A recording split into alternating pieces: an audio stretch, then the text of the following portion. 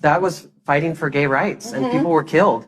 Nobody was killed at Stonewall. Nobody was killed. Who would have guessed that this young queen from New York City would go on to be the 10th winner of the main series of RuPaul's Drag Race, earning herself a platform where she surprised many people by just how well she ended up reigning in her year as America's Next Drag Superstar. It was a very symbolic win that welcomed a new era of Drag Race. The first decade had officially come to a close, with the seasons finally arriving in the double digits. It felt like Aquaria came at a perfect time to represent the brand. With it came a lot of pressure from both the public and alumni alike. So let's get into the dawn of the Age of Aquaria. But before we start, please make sure to subscribe to the channel if you haven't already. Follow me on Twitter at GreenGayYT. Now let's begin. The first time I started to hear about Aquaria was shortly after season 8 had finished airing. She started to become known as one of the next big things from the New York City drag scene. Along with that, Aquaria had built herself a bit of a reputation online, being really popular with the younger crowd of drag fans. It's hard to say when exactly she had that moment when she really broke through in the New York City drag scene. All I know is that people were counting down the days for when she'd turn 21, the minimum age to audition for Drag Race. Although at that point, production most likely already had their eyes on her as a potential future cast member. Like the great majority of the queens who get on the show, Aquaria was obsessed with RuPaul's Drag Race long before ever getting cast. She even participated in a lot of online forums that discussed the earlier seasons of the series. Along with that, despite being really young, she was able to build a friendship with a good portion of the queens that competed. It wasn't just the love for RuPaul's Drag Race as a competition. It was the way she had fallen in love with the art of drag itself, wanting to walk in the footsteps of her idols to one day hopefully get on Drag Race to cement her spot in history. In New York City, despite being under the age of 21, Aquaria was able to sneak her way into the gay nightlife scene by becoming a drag queen. She used to have a fake ID that she'd use to get into clubs to watch her favorite queens perform too. This means that at just 18 years old, Aquaria was already doing performances and living her dreams, strengthening her skills as a drag performer. This is a picture of Aquaria graduating high school the same year that Bianca Del Rio won season 6. Little did she know what the future would hold. Like, if you had told this teenage queen that she was going to become one of the most successful drag performers and be a part of Drag Race history, she probably would have responded by saying,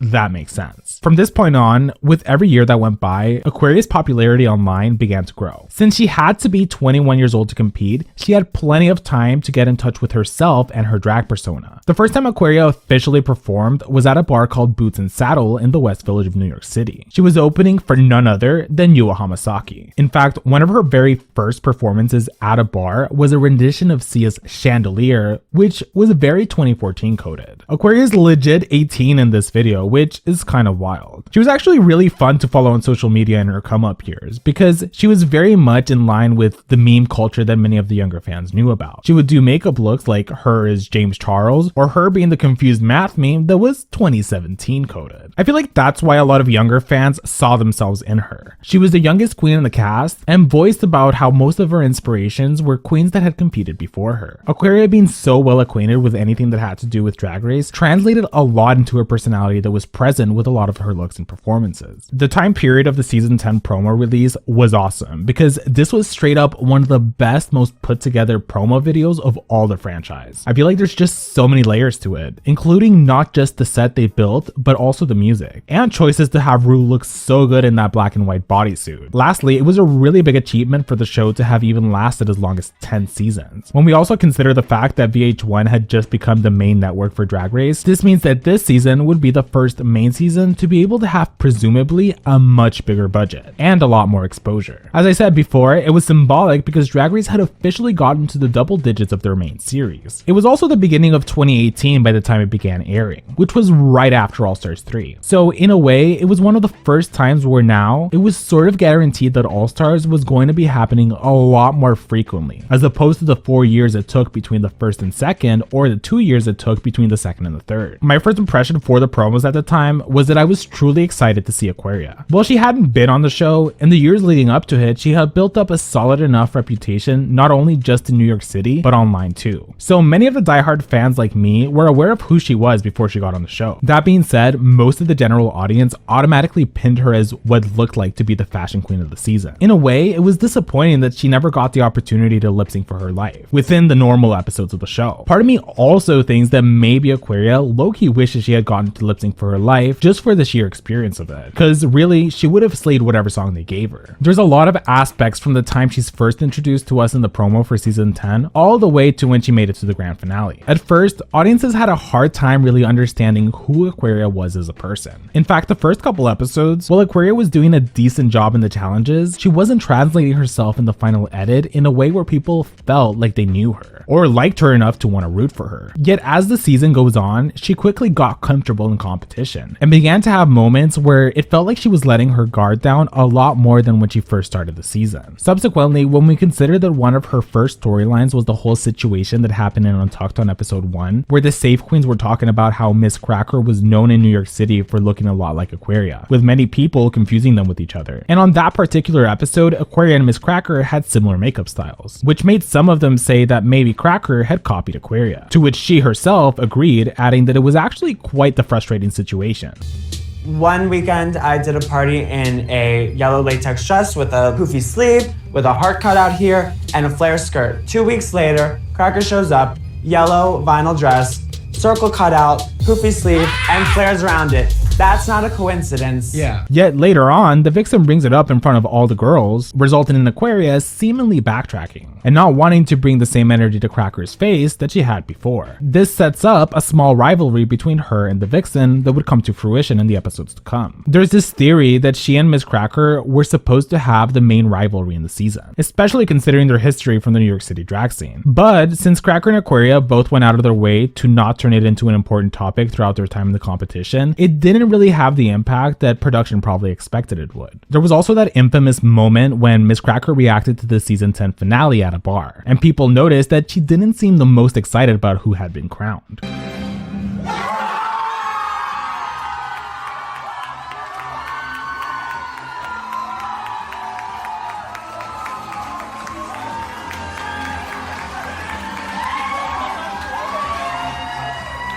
Considering that during the reunion, Cracker says that she is rooting for Eureka because she's the only queen from the top 4 that didn't come from her at some point in the season, maybe she wasn't the most excited. But at the same time, she was literally just sitting at a bar watching the episode, so she may not have been expecting people to secretly be filming her. But it's still a funny reaction video nevertheless. As I said before, Aquaria was a little bit awkward as the season was going along. Her personality isn't the easiest to market towards an audience. I think I noticed this the most by watching interviews or shows that Aquaria hosted in the beginning stages of her Rue Girl career. It seems that she really just has a personality that is, to a degree, a little bit out of place in terms of how she delivers a lot of her emotions. But you can tell that she comes from a place of being genuine, and that on its own is very charming.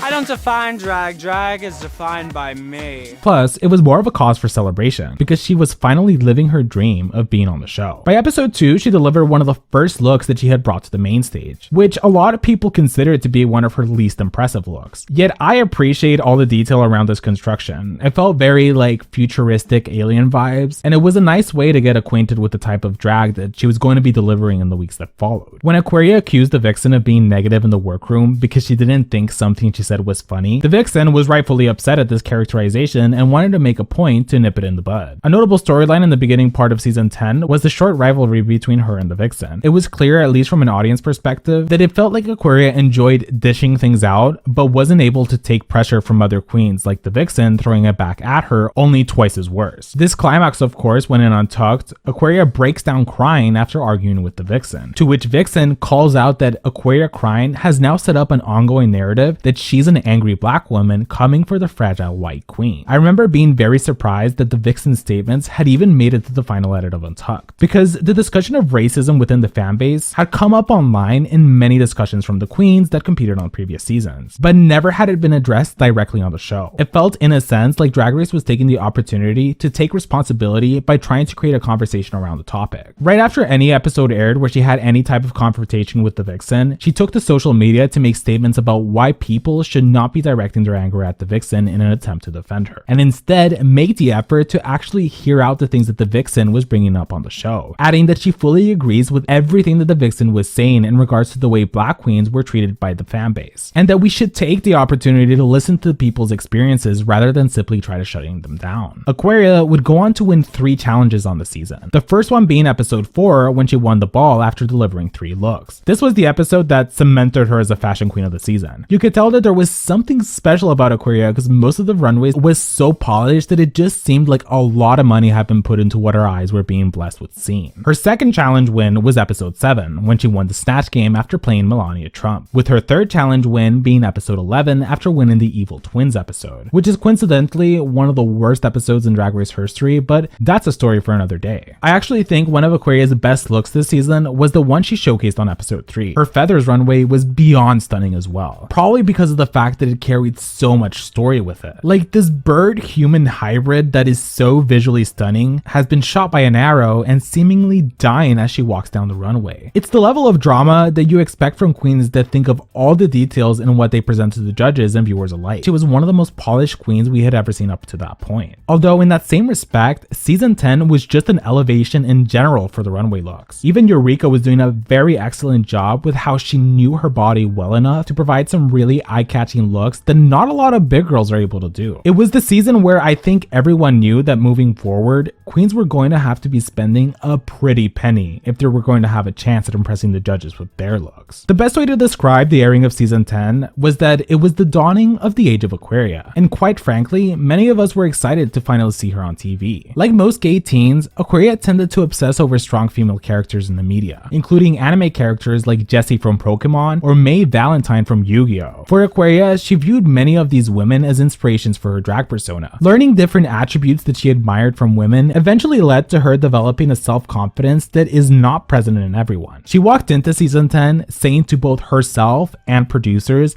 that she would be winning the season. But looking back, she considers that to be a facade that she put up to make it seem like she had everything under control when really the whole process was extremely stressful. Which is the case for all the queens who were on the show, but still. Despite all the confidence, by the time Aquaria had made it to the finale of season 10, she had to participate in the lip sync for the crown. Yet despite slaying the season, she really didn't expect to see herself getting announced as the winner on the night of the crowning, because it was hard to predict what was going to happen. There was a lot at stake here. On one hand, she had the better track record over Eureka, but just one season prior, it was shown that track record isn't always going to be the determining factor anymore. Nevertheless, she got to make her dream come true and became America's next drag superstar. For the most part, I think most people were super happy for Aquaria getting the season 10 crown. After all, she had done a very good job not just within the challenges of each episode, she had also carried herself with so much maturity when it came to online discussions throughout the season that it really highlighted that when it came to carrying the brand of Drag Race for the next year, she was going to be a good contender for using the platform for good. What Aquaria represented as a winner was something that hadn't really been seen before. To many, Aquaria is the original Drag Race queen who won after being raised by the show itself. Granted, it's true that there is queens like Bob the Drag Queen that started drag because she watched season 1 and was inspired, but Bob was already in her 20s by the time she began performing in clubs. On the other hand, Aquaria was literally around 13 years old when season 1 came out. She's in a way the first generation of young queer kids that benefited a lot from having a show like RuPaul's Drag Race in the media. In many aspects, the addition of Aquaria into the winner circle, which at the time was a lot smaller and held more prestige, was still a very refreshing addition. While some would have liked to have Eureka be the first big girl in the main franchise to take the crown, Aquaria did in a way feel like she represented what the future of drag could be. At just 21 years old, she delivered up to that point one of the best runway packages. Even though her comedy was something that she struggled with, she had her moments where she sort of impressed us by having these comedy challenges be tailored to the capabilities that she had available to her. It's also important to note that by this point, it wasn't like it was an easy ride for Aquaria to get on the show and subsequently make it to the finale. So in retrospect, there was a lot of pressure in terms of how Aquaria would fare after finally making it on the show that she's always dreamed of competing on. The reason she was able to make it that far was because she successfully met the expectations of what people had hyped her up to be. I know that when it comes to fashion on RuPaul's Drag Race, some of the first queens that come to mind are Raja, who undeniably inspired future drag queens' drag aesthetics, or Violet Chachki, who never really missed a look. But Aquaria seriously elevated what it would mean for future queens to bring to their runway packages, if they wanted to make a lasting impression with both the judges and the fans. It felt like every single look we got from Aquaria had a clear vision, excellent design, and flawless execution. It was obvious that she was working with some of the best designers that she could have found. There's been some who have argued that perhaps the season may have been rigged in Aquaria's favor, which, I mean, sure, but sometimes viewing the show thinking every single aspect of it is rigged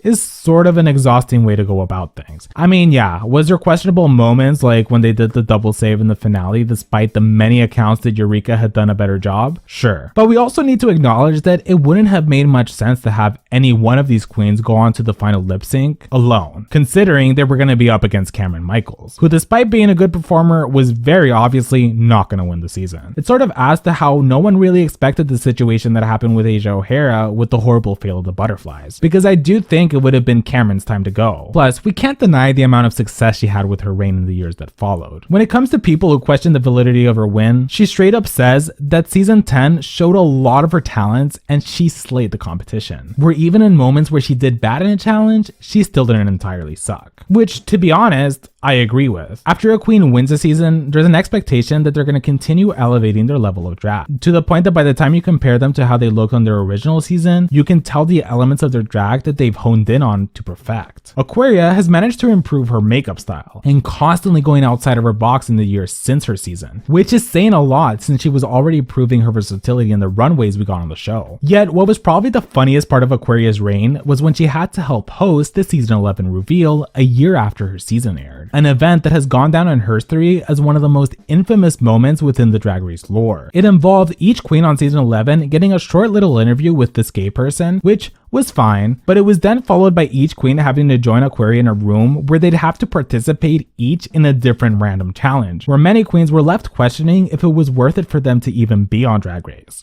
With your mouth, so you put a straw in your mouth. Okay. And you have to transfer as many of the little pretzel duties.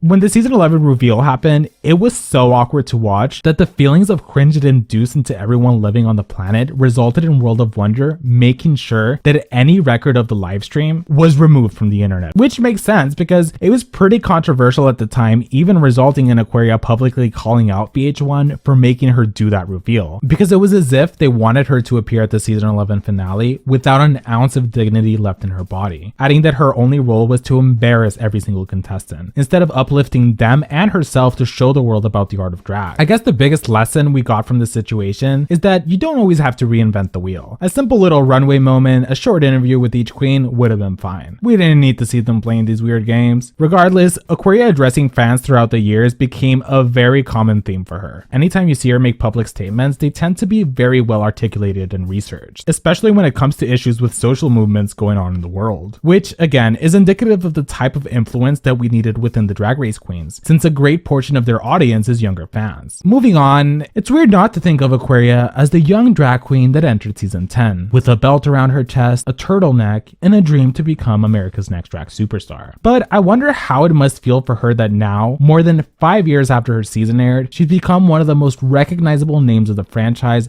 with a story that became a blueprint for queens that came after her. She's in a way a representation of what it means to be a young queer kid that had supportive parents growing up, who weren't afraid of him taking an interest in things that maybe most boys wouldn't be doing. When Aquaria was cast to be a part of the Met Gala in 2019, it was the first time a drag queen would be attending. Along with that, the theme was camp, which is a concept that's very popular in the gay community. But people were disappointed with the looks we got from both of them. It felt like what they were doing was too weird of a fashion statement than what we've come to expect from drag queens who are known to steal the show, especially with their looks. Even Darian Lake was giving her input on Twitter, but Violet tweeted that opinions only matter if it's from people you respect. Aquaria handled it the way she always handled things, questioning why the other queens wouldn't be supportive of this breakthrough moment that her and Aquaria were doing, regardless of their opinion on the dresses they wore. The funniest part is that everyone was acting like Violet and Aquaria even had a choice in what they wore to the Met Gala. The whole reason they were there was because they got invited by a designer, which means that they would have to model whichever look they gave them. In a way, the idea that the show had within season 10, where they sort of hyped up Aquaria to be the future of drag, it set this idea that she had a lot more to prove after her win, when really she's been booked non-stop in touring, which sure, could count as her flying under the radar, but it seems like a lot of fans these days have a lot of respect towards her, including the queens. Even since then, she's had nothing but success. I mean, just a couple weeks ago, she was with Madonna on stage for the guest appearance of her tour in Copenhagen. Now, I know what you're thinking. What about all winners? Even though Aquaria has said in the past that she's not interested in all winner season because she doesn't really think she needs it, I guarantee a bunch of people would be interested in seeing her return to our screens. Then again, that was also years ago when she said she wasn't interested, so she might have changed her mind after the first all winners aired. From what I know, Aquaria actually hasn't been asked to return yet, which was weird since I thought she would have been a shoo-in for the first all winners. Nevertheless, it opens up the possibility that we will see her on the second all winners, hopefully at least. Before we end, I know a big part of Aquaria's legacy was a period of time where people kept referring to Sharon Needles, the winner of season 4, as her drag mother, which to this day there's still people that consider this to be true, and that is not at all the case. While it's true that Aquaria was running a lot of Sharon Needles fan pages back during season 4, along with Sharon considering her many times to be like her first real fan, aside from having a good friendship together where she may have drawn some inspiration from, Sharon never really had a big influence into the growth of Aquaria's drag character at all. Like, everything Aquaria had built up until getting on the show was entirely on her own merit, especially when it came to making a name for herself within the New York City drag scene. Nowadays on Drag Race, we see across the different franchises how there's a good amount of young queens that have grown up watching the show. Queens like Aquaria were inspired by the first generation of Ru Girls. There's many young queens that entered the show who grew up being inspired by figureheads like Aquaria, that in their eyes was a sign for them to also follow their dreams to one day try to come close to what the dawn of the Age of Aquaria was like at one point in time. I want to take a moment to thank my patrons. In the Elite Pink Squad, we have Matthew Burns,